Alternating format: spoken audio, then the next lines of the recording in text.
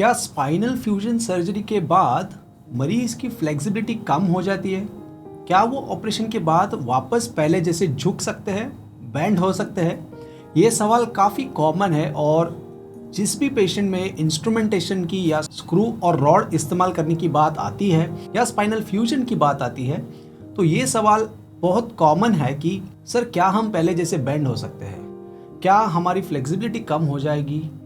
तो आइए बात करते हैं इसके बारे में डिटेल में। मेरा नाम है डॉक्टर राकेश ढाके। मैं एक स्पाइन सर्जन के तौर पे मुंबई में काम कर रहा हूँ। देखो, स्पाइनल फ्यूजन या स्क्रू और रॉड का इस्तेमाल स्पाइन सर्जरी में क्यों किया जाता है, ये पहले समझना ज़रूरी है। बैक पेन का जो कॉज होता है वो इंस्टेबिलिटी भी होता है। इंस्टेबिलिटी का मतलब है जो दो मनके होते हैं, जो दो वर्टिब्रे होते हैं, वो एक दूसरे के ऊपर हिलते हैं। तो वो हिलने के वजह से या फैसेट जॉइंट में प्रॉब्लम होने की वजह से बैक पेन होता है। तो ये इंस्टेबिलिटी या बैक पेन ट्रीट करने के लिए हमें स्पाइन सर्जन्स को स्क्रू और रॉड कभी कभी लगाना पड़ता है। इसके साथ ही साथ जब अच्छा फ्यूजन चाहिए होता है तो केज या पोस्टरलैटरल मीनिंग स्क्रू के बाजू में भी फ्यूजन होना जरूरी होता है। तो ये जनरली एक या दो सेगमेंट का फ्यूजन कॉमनली, लाइक अगर आप 100 स्पाइनल फ्यूजन केसेस देखोगे तो उसमें से 70 to 80% केसेस में सिंगल लेवल या 2 लेवल फ्यूजन होता है। अब ये कॉमन केसेस है। कभी कभार रेयरली हमें इससे ज़्यादा भी सेगमेंट्स फ्यूज़ करने पड़ते हैं।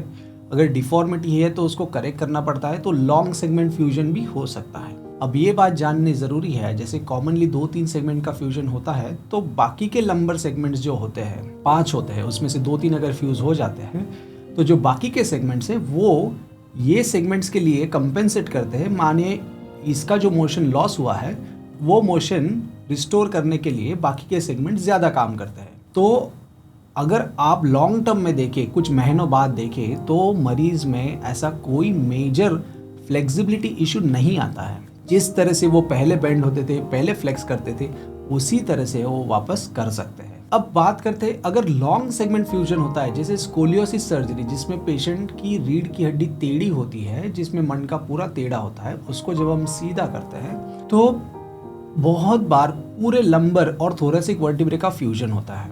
अब ऐसे मरीज को जायज़ है कि कुछ हद तक स्टिफनेस आएगा, कुछ हद तक उनकी फ्लेक्सिबिलिटी जा सकती है, पर अगर ऑपरेशन के बाद ग्रेजुअली धीरे धीरे फ्लेक्सिबिलिटी एक्सरसाइजेस करते हैं, योगा करते हैं, पिलाटेस करते हैं, ऐसे एक्टिव रहते हैं, तो जिस भी एक्टिविटी से उनकी फ्लेक्सिबिलिटी बढ़ सकती है, इस एक्टिविटी को धीरे धीरे अगर करते हैं तो बहुत बार जो लॉस ऑफ मोशन होता है या स्टिफनेस होता है एकदम निग्लिजिबल होता है या बहुत कम होता है।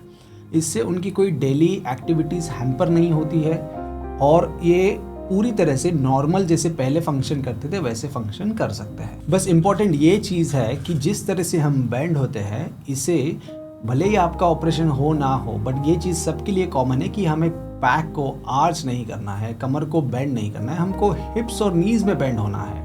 अगर आप कमर को आर्च करते हो तो डिस्क के अंदर का जो प्रेशर है वो बढ़ सकता है और उसकी वजह से डिस्क के प्रॉब्लम हो सकते हैं। तो ये कहना गलत होगा कि ऑपरेशन के बाद आप बेंड नहीं हो सकते हो। आप बिल्कुल बेंड हो सकते हो, बट बेंड होने का प्रॉपर तरीका है कि आप हिप्स और नीज में बेंड हो, ना कि आपकी बैक को आर्च करें।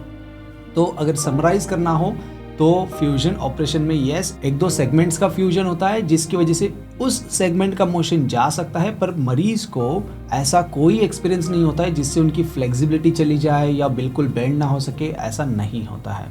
तो ये हो गया शॉर्ट में अंडरस्टैंडिंग कि स्पाइनल फ्यूजन सर्जरी क्यों की जाती है और उससे फ्लेक्सिबिलिटी पे क्या असर होता है। अगर आपको इसके अलावा कुछ सवाल है तो आप ज़रूर हमको नीचे दिए गए हुए नंबर पर कांटेक्ट कर सकते हो, व्हाट्सएप कर सकते हो या कमेंट सेक्शन में भी आपके सवाल आप लिख सकते हो। Thank you very much.